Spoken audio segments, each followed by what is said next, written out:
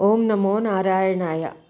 మనం స్వచ్ఛంద సమాధి 40 రోజుల పాటు ఉన్న హఠయోగి హరిదాస్ గురించి తెలుసుకుంటున్నాం కదండి. ఇప్పుడు మిగిలింది తెలుసుకుందాం. రాసిన వాళ్ళు శ్రీధరన్ కాండూరి గారు. సమాధి అవటానికి ముందు ఆ సాధువు తన శరీరంలో ఉన్న నవరంధ్రాలకు సువాసనాపూరితమైన మైనంతో తయారు చేయబడిన కట్టడాలను బిగించుకున్నాడు. ఆపై పద్మాసనంలో కూర్చున్నాడు.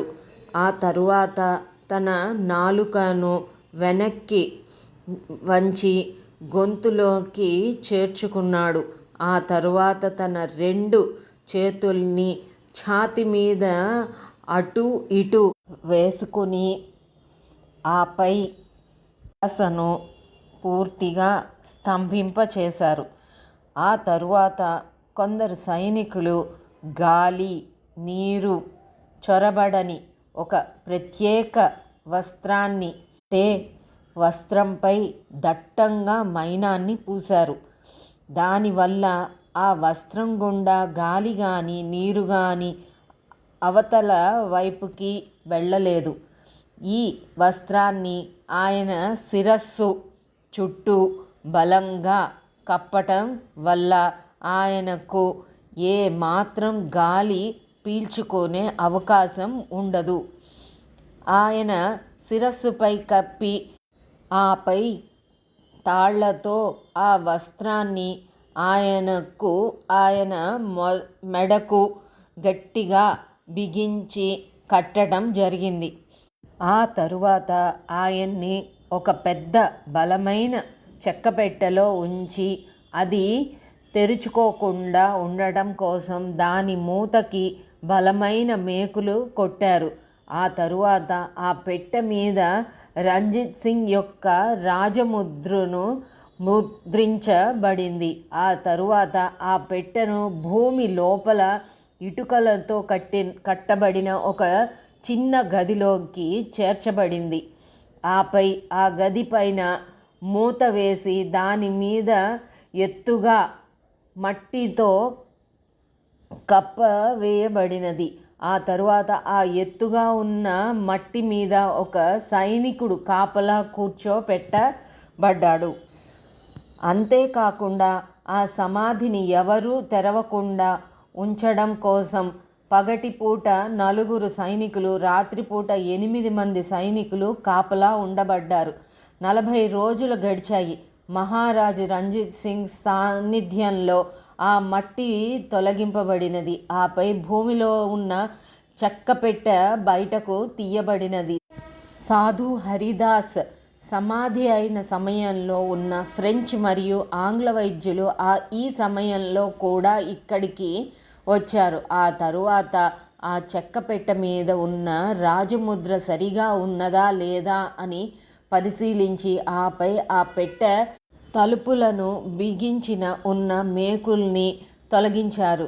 ఆపై ఆ పెట్టెలో సమాధి స్థితిలో ఉన్న సాధు హరిదాస్ని పెట్టెలో నుండి బయటకు తీసి ఆపై ఆయన శిరస్సును బలంగా కప్పి ఉన్న మైనపు వస్త్రాన్ని నెమ్మదిగా తొలగించారు.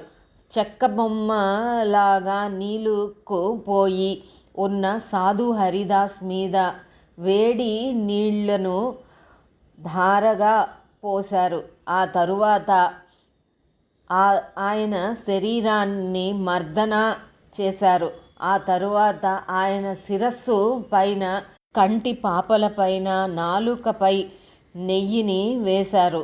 ఆపై కొద్ది నిమిషాలలోనే సాధు హరిదాస్ నెమ్మదిగా కళ్ళు తెరిచి చూశారు. కొంతసేపటి తరువాత ఆయన శ్వాస పీల్చటం ప్రారంభించారు. ఆపై ఆయన మామూలుగా మారిపోయారు.